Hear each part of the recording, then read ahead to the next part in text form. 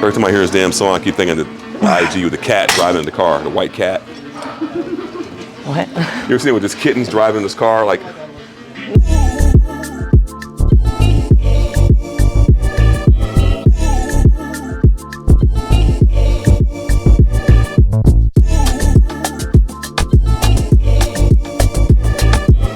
it's getting warmed up. What are we doing? Doing a little back today. Back and abs. Yeah, so we're gonna do like 2 or 3 warm-up sets on the low row, and then work our way up. Nice shoes. Thank you. Pink game on. Let's get some blood back there. I was watching you do it. Tell us that's a nice way you're pulling it back like that. To be honest, for me personally, I just go off of feel, and I just really focus on driving back with my elbows. And as long as I'm feeling it back there, like we're going a little bit lower, so we like to start with the lower lats, hit the lower, and then kind of work our way up the back. A lot of people are lacking lower lat, so Yep. I think it really helps, and it's helped us a lot. We start our back movements usually low and then work our way up, so we make sure we hit that lower lat. But yeah, I just kind of go off of feel, honestly. I mean, some like sports physicists could give you some scientific answer of like body mechanics and stuff, but a lot of this stuff, you know, You gotta try it. you just gotta try it Yeah. and see what feels good. What's Yeah. the most common mistake you see on this machine? Probably I would say that a lot of it's coming from the biceps, Yep. opposed to driving it back and really making sure that your lats are engaged, your back's engaged. But to your point though, I mean, the way when we drive it back and it's below like our belly button, we like to kind of squeeze, contract for about 1 or 2 seconds to really get that lower lat engaged. And then some weeks I come in here, I'll just do it traditional. I may, drive back a little further, give it a little arch. So it depends on what I'm trying to do and what I'm trying to target. So. Yeah. Yeah, we switch it up. Yeah, absolutely. Last warm up. So I like to get at least about 2 or 3 warm ups in. Drive back with the elbows, full stretch, drive back. Notice the handle is kind of below my belly button. Hold, full stretch, hold, hold. That's good form for me like that. I can full stretch, drive back, elbows obviously, and I can keep the bar below my belly button.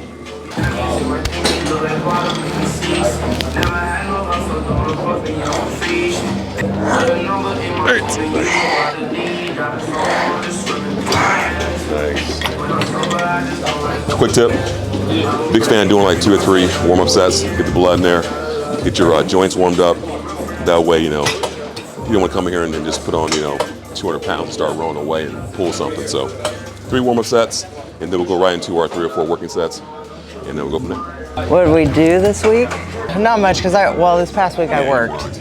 So on my work weeks, they're pretty chill. When you're in prep, it's kind of Groundhog's Day, but I mean, I don't get bored. I never get bored. There's always something going on. Yeah. And I mean, honestly, prep, it's easier to stay motivated because like you see the changes a lot more. Honestly, I feel like off season is a bit harder for a lot of people to stay as consistent because you're not seeing like the daily changes. You're not like lean and striated. You don't see all the muscles like in prep. So yeah, I think it's easier for people to fall off in the off season, which is where a lot of people don't progress when they go from show to show and they see that they didn't really change. Well, a lot of it is because of the energy they didn't put into their off season. Yeah. That's where the changes are made. I agree. All right, first set. Let's get it cracking. Let's get it.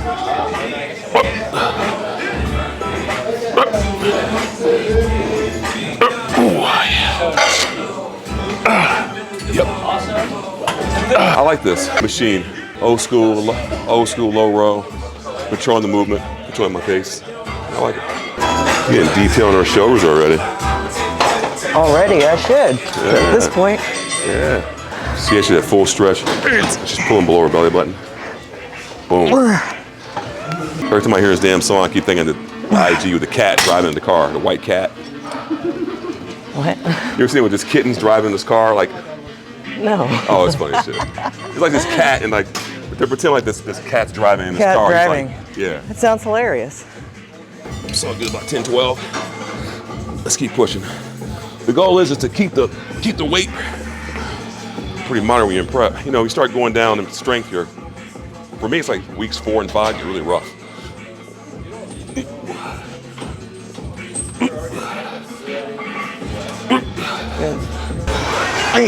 Good.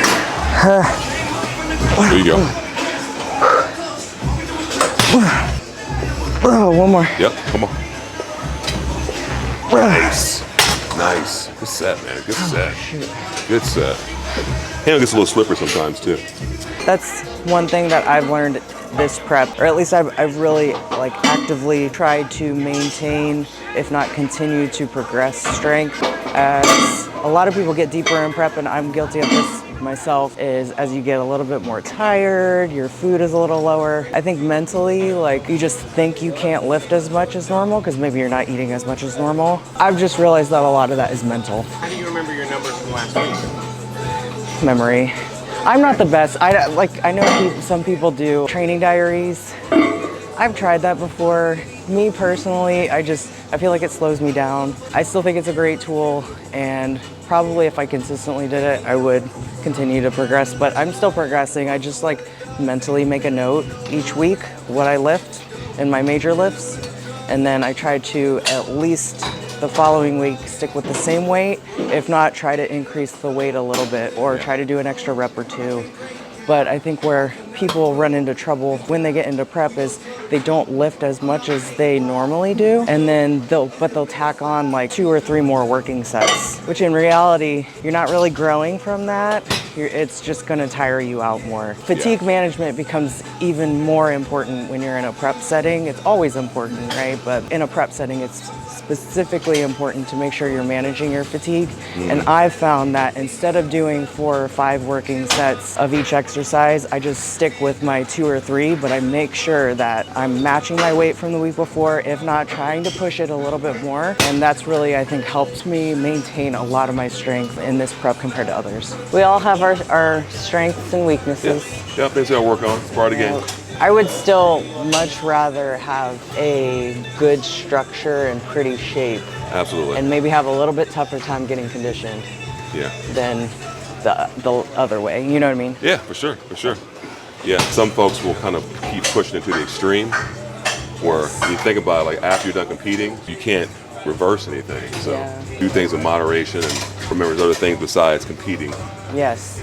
That's an important point. We are the first to tell people there is more to life than just competing. Obviously, we love it, and we do it at a pretty high level, but we know we're not going to always be doing this. So you always have to think long term, versus a lot of competitors, they get into it for different reasons and they just get so engulfed in competing, and at the end of the day, you're not going to be doing it forever. So we all want to do it. All competitors want to do very well, but at what cost? Yep. Do you guys retire? Whenever I start, I lose the fire completely.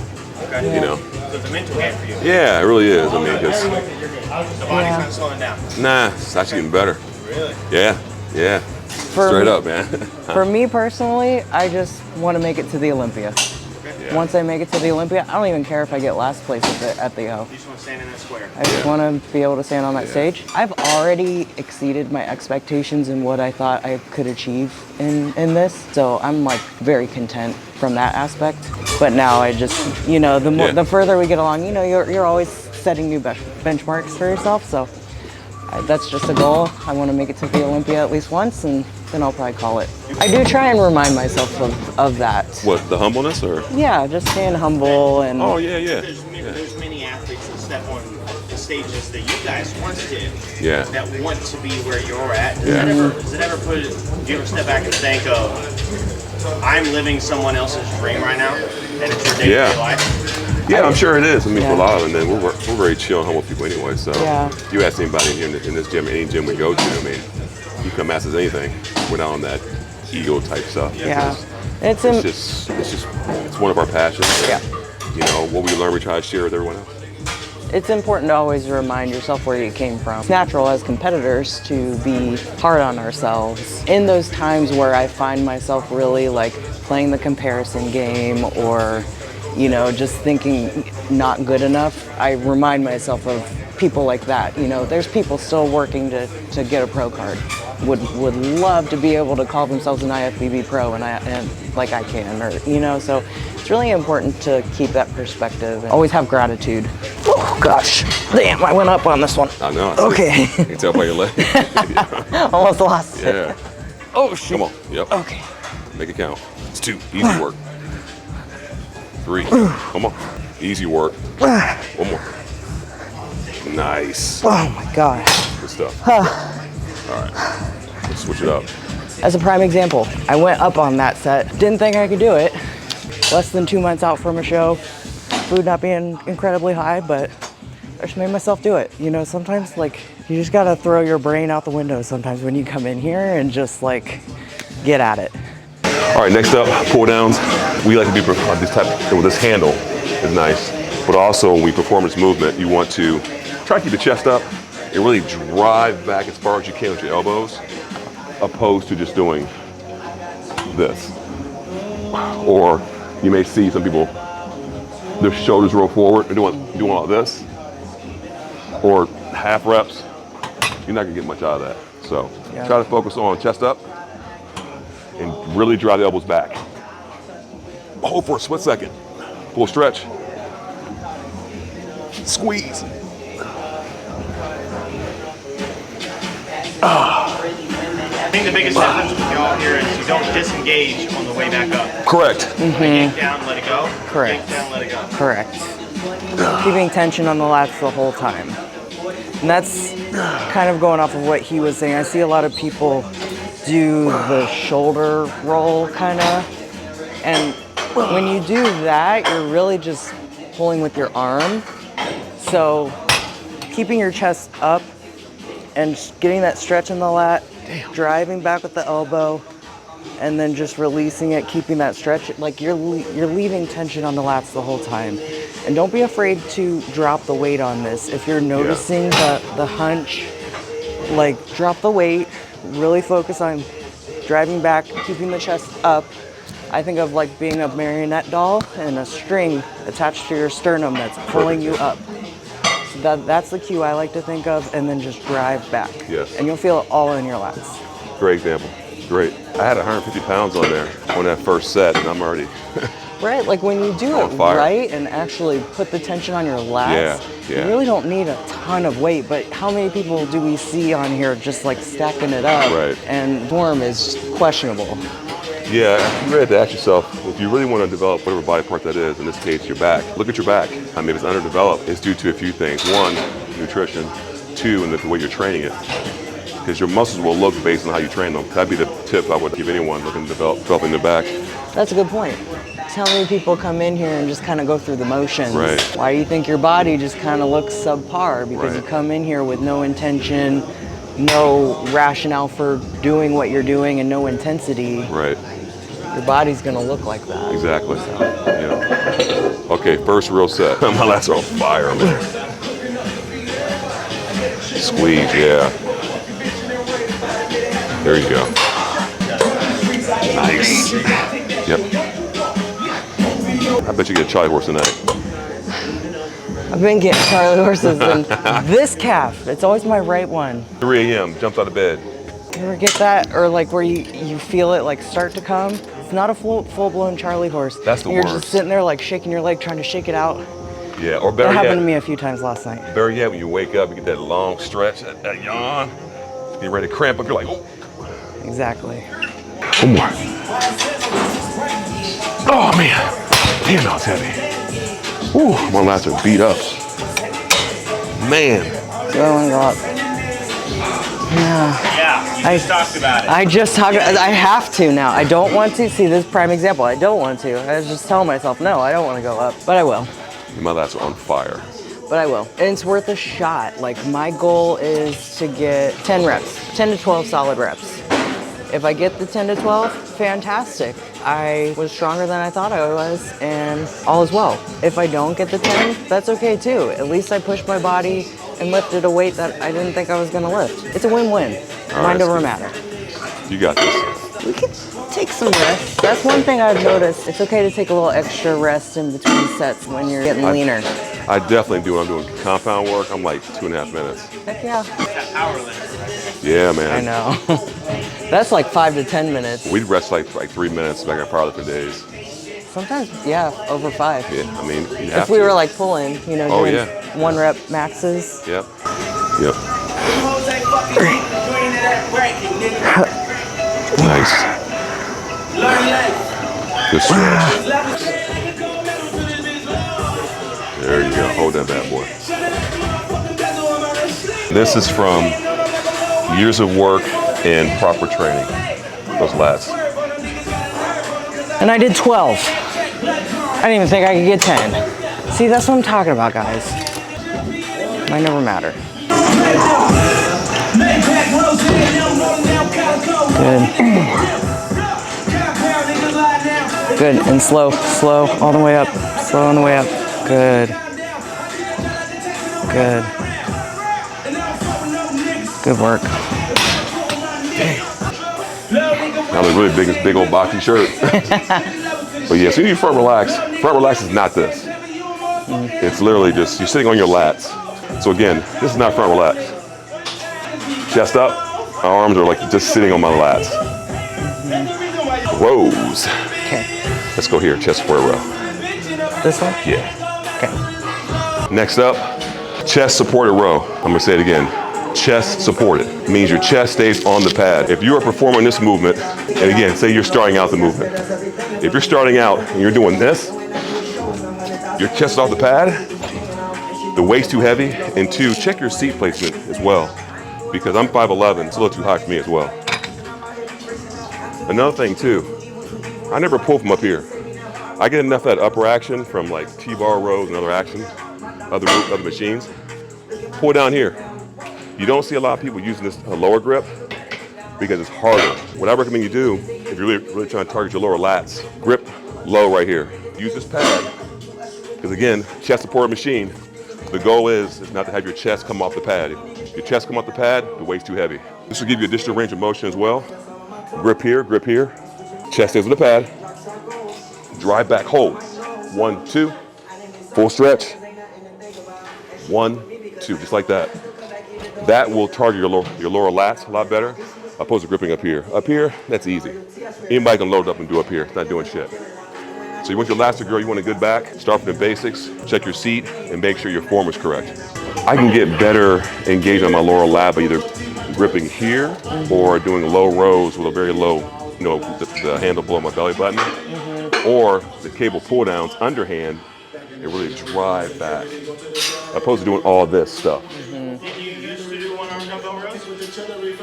Not like this. Not like I've been seeing around different videos on Instagram and TikTok and stuff. In my opinion, it's just not. Isolation movements are great, but you kind of already have to, whatever movement or muscle you're isolating, you kind of already have to have some development there to get a benefit out of it, versus a lot of people nowadays are just jumping to these isolation movements without having the development to begin with to get anything out of it. It's like the same thing with, like, I know from experience, but like if you don't have glutes and you try to do, you can do as many kickbacks as you want. The muscle's not there. If the muscle's not there, you're not, yeah, sure, you can get a little bit out of it, but it's not really gonna give you a good bang for your buck, and you're not gonna build a lot of glute muscle from that. Like years past, before I had glutes, I never felt anything from glute kickbacks. But I took years of focusing on hip thrusts and lunges and Bulgarian split squats and building my glute muscle. So now when I do kickbacks, they feel great because I actually have something there to engage. You know, so Good like point. you have to do the meat and potatoes, the compound movements, build the muscle, build the foundation first, and then the isolation movements. Yeah, I think you can get something out of them. But low hanging fruit. Yeah. Unless you're just that one person that has that connection to that particular muscle, be that unicorn, sure, but How many unicorns are there? Right. I'd rather stick to the meat and potato, like you said. Yeah. So, all right. Low hand, low grip. Low I'm gonna grip. push this to you. Yeah, because I'm short. I have short arms. You see, I'd like to push it to her a bit. Thank you. All right. Okay. Full stretch. And this will really hit them lower lats really well. Yep. Yep. Nice. Oh yeah. It's a lot harder when you try and keep your chest on the pad. Try to lean, put like all my body weight, my chest towards it, leaning more towards it, to try to eliminate the coming off as much as I can. Position your feet behind your body. Yeah, I'm like pushing. It's almost like I'm digging my feet into the ground. Try to get half a second pause.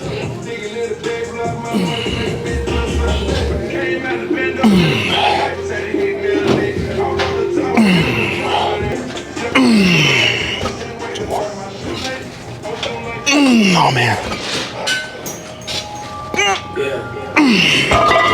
Man. Can you even take your chest off while it's at angle? No. You keep coming from this. Yeah? Yeah, I'm locked in. Yeah. Feet are planted in the ground. Chest is like, I'm like glued on this seat. I'm too short. I can't do that trick. I can't put my feet back. Oh. I still feel it.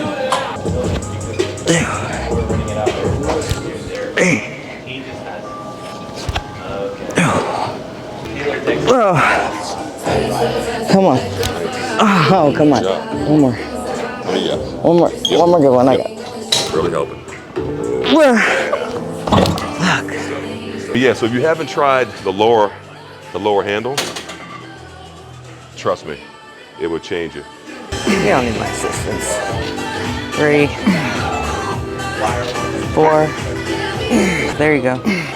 7. Come on. I'm cheating here. 8. 9. 10. Notice I sped up a bit because I was gassing out. It happens. I'm not holding it for a second like you. I guess get better contraction that way. I'm not doing it. But I mean, I could, but I would have to drop the weight. 5, good work. 6, 7, nice. Good drive. 8. Etiquette for the cameraman. I didn't want to throw it on the ground so it'll be real loud in your ear. 2. Oh, one more. Yep. Hold that last one. Hold. 5, 4, 3, 2. Good job.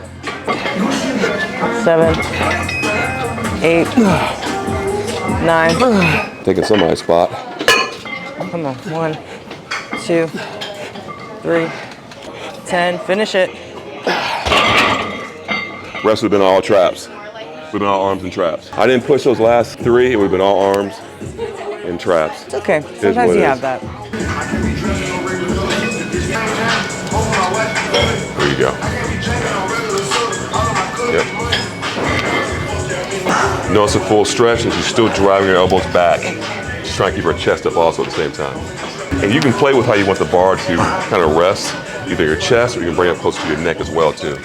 Play with it and see where you feel the best engagement. Yeah, and I'm getting that stretch at the top, but I'm not completely like disengaging my lats. Right. Like, Right. I keep my chest up the entire time. Yep. And just stretch until I can't stretch anymore without rolling.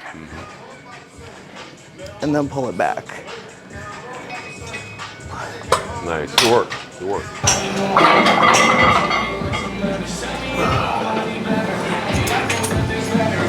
Oh yeah, my lats are so smoked. My lats are so beat up right now. It's definitely my last exercise. You get to the point where they're smoked. I don't want to annihilate them. They're smoked. Save that for the off season. Right, right. Yeah. And I only hit back once a week too, man. So that's it. And What's your weigh? Now, 223 right now. 218? 19. technically 219, yeah. Yeah. And if you have a workout partner, really I like to poke in here where she's kind of target. It's a good mental touch. Boom. Right there. Yeah, squeeze. Yeah. Two more. Right in there. Yep.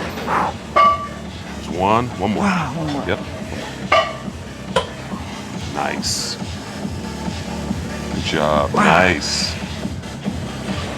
Notice also, for you competitors out there, how she's controlling her midsection.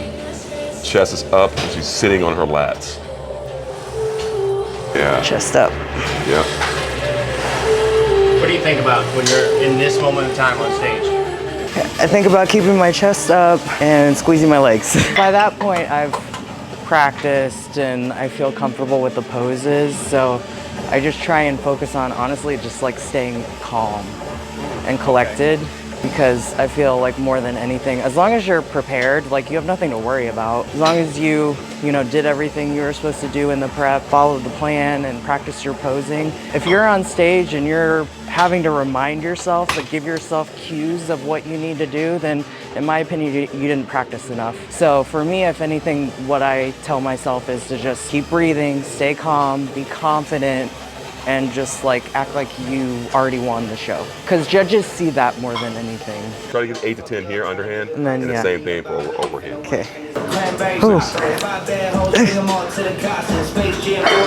7. There we go. We got 10. 8. 8. Yep. Oh, Two more. 9. One more. Good. Oh. Overhead. Short people problems. They got to stay on the little seat here. Notice also how she's driving it a little bit more in the front. This is a good way hitting your lats as well. The bar's not sticking out maybe like 3 inches from her face, 4 inches from her face. 4 inches from her face. So engage your lats a little bit more too. Wait, 2 more. Two more. One more. And she's driving down. There we go. Oh my gosh. Good shit, man. You're done, pal. Nice. Drop. There you go. Good. 2, 3. Humbled right here. Okay. 4. All the way. Good. Work. Come on. Make it work. Good. Good job. So much lactic acid in there. That is it, guys, for back day here at Spark Society. Thank you so much for watching.